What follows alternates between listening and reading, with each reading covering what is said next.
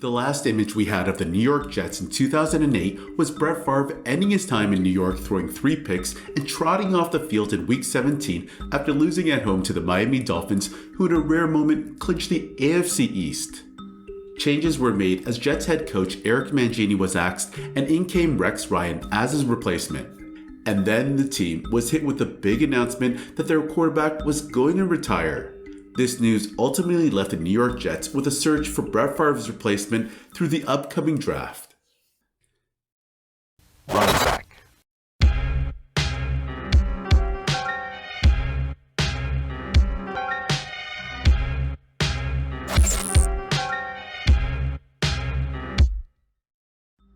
Typically, when a team trades its first and second round draft picks along with 3 players to move up and take a quarterback with a number 5 overall selection, it's because they consider him a franchise QB. And that's exactly what happened in the 2009 NFL Draft when the New York Jets traded to move up and draft USC quarterback Mark Sanchez. The selection was met with a lot of mixed reactions from the Jets faithful after they heard the commissioner call out his name. This was a team that was desperately looking for a new quarterback, and Mark fit the bill. So here was Mark Sanchez, who was touted to become the next franchise QB in New York. However, his tenure in the Big Apple was pretty disappointing, especially after achieving so much collegiate success. Aside from Broadway Joe, no other New York Jets quarterback was as charismatic as Mark Sanchez. He had the looks and the smile that would eventually land the California native on magazine covers. Add on top of that, he played really well in big games, had an arm, and was really athletic. However, the only knock on Sanchez was the limited starts he had in college, which is why his former USC head coach Pete Carroll suggested he remain for another year. While the name Mark Sanchez has been synonymous in the NFL with some pretty laughable moments, but there was a time when the QB was associated with much optimism, particularly in his first couple seasons in the league. In his rookie campaign, Mark inherited a decent roster that was capable of winning games in the immediate future. And in the first few weeks, Sanchez could not have gotten off to a better start as New York started the 2009 season 3-0. The hiring of Ravens defensive coordinator Rex Ryan as head coach really put the squeeze on the Jets D, as they didn't give up a defensive touchdown until midway in the third game versus the Titans. Then things began to turn for the quarterback as he would go on to lose 6 of the next 7 games, throwing 6 TDs against 14 picks in the process. And during this time, Jets fans got their first glimpse at Sanchez's propensity for destructive behavior, particularly in the 16-13 home loss to the Buffalo Bills in OT in Week 6, when Mark threw 5 interceptions on a day when the Jets had over 300 yards of rushing. And even the lone dub during that stretch was overshadowed with a bit of criticism when cameras panned to Sanchez scarfing a hot dog late in the 4th quarter. You know that life is good when you're the quarterback of the New York Jets and you can eat a hot dog on the sideline.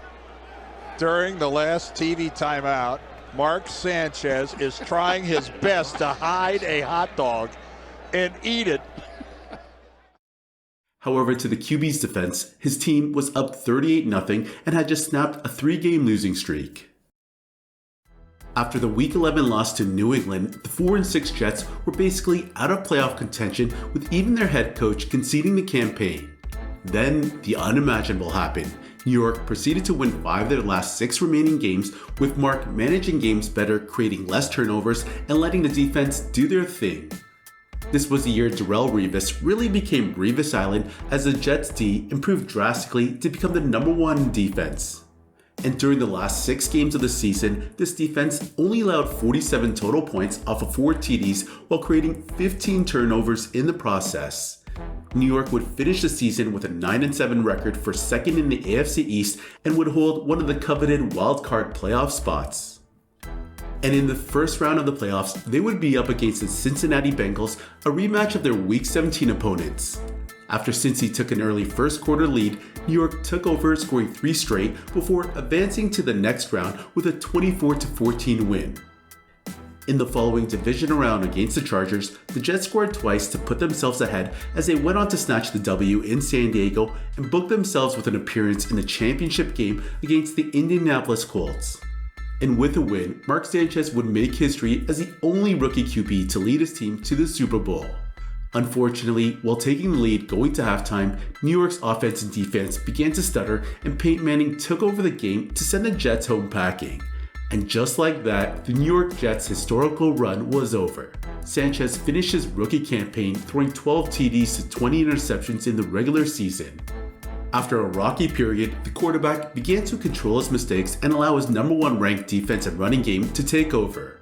But as you progress deeper into the playoffs, you're going to need your QB to make some big time throws, and that just didn't happen for New York. In any event, they exceeded expectations in 2009, and there was no question that the franchise established a real foundation that could see the team repeat their success in the following season. The 2010 offseason would see the Jets add a few talented players in LaDainian Tomlinson, Santonio Holmes, and Antonio Cromartie, and therefore expectations were sky high for the Jets faithful. No one really knew what would become of Sanchez the following campaign, but the team believed they had their quarterback for the future. After losing the home opener to the Ravens in a tight contest where Mark would only muster a total of 60 passing yards, the Jets rebounded in Week 2, defeating the Patriots 28-14. The QB put on a display reminding everyone why the Jets moved up to draft him as he threw 3 TDs for 220 yards with a 124.3 passer rating. This stunning performance was then followed up with a couple more strong games where Mark began to play with confidence. After their Week 1 loss, New York would go on to win 9 of their next 10 games and finish the season going 11-5. Despite their dominant record, Mark Sanchez still showed a lot of inconsistencies, which became a common theme throughout the campaign that also almost saw him get benched in a Week 14 loss to the Miami Dolphins. The Jets ended up losing 3 of their last 5 games as Mark went through a stretch where he was plagued by fumbles and ill-advised passes. That being said, they finished second in the division and traveled to Indy in the wildcard round where they exacted revenge from the playoff exit from the season before. Down by 2 with less than a minute left in the game, New York hit a walk-off field goal to win 17-16. This was a game Mark struggled a lot but came up huge when it mattered most as he connected with Braylon Edwards for 18 yards to get the offense within field goal range. This road win set up a meeting with the Patriots in New England for the divisional round after splitting the regular season series 1 game apiece. And Mark Sanchez went into Foxborough and did what many of his peers had failed to do. He simply outplayed Tom Brady in his own backyard.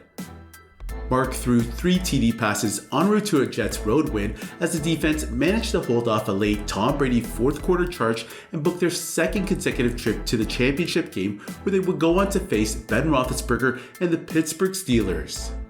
After a slow start and trailing 24-3 going into the half, Mark Sanchez and the New York Jets would fall short as they lost to the Steelers 24-19. Sanchez suffered a sack fumble that was returned for a touchdown right before the half. The team struggled to get anything going on offense, and by the time they did get rolling, it was too little too late. All in all, 2010 was a roller coaster season for the New York Jets, yet their future still looked promising, especially after what they were able to achieve the past 2 seasons with a rookie quarterback and head coach. As the 2011 season got underway, Mark Sanchez graced the front cover of GQ magazine's September issue. The California native was named team captain by Rex Ryan, and much more was going to be expected of the QB. The idea was that with another year of development, Sanchez should make the passing game better. But that's not to say that there weren't those deep within the organization that thought Mark was never going to be the next Joe Namath. The Jets opened the season with a 2-3 record, leading to discontent within the clubhouse.